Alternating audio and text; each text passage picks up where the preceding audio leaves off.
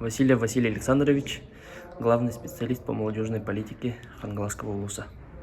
По итогам Самогол у нас в этом году Самогол проходит 8-й раз. Он проводился в селе Синск, собрал более 400 самой активной молодежи Хангаласского улуса. И стоит отметить, что с каждым годом количество участников растет. По итогам 10 конкурсных этапов выиграла команда Немигунского наслега, второе место заняла команда Кытыл-Журинского наслега и третье почетное место завоевал команда первого Жемконского наслега.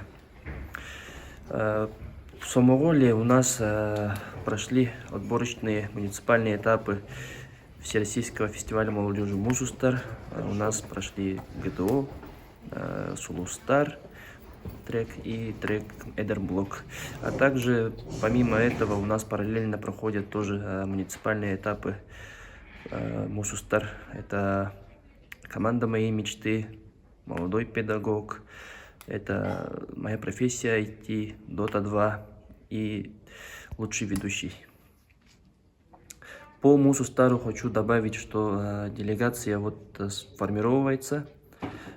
Точного количества пока нет, но мы планируем участвовать во всех треках фестиваля.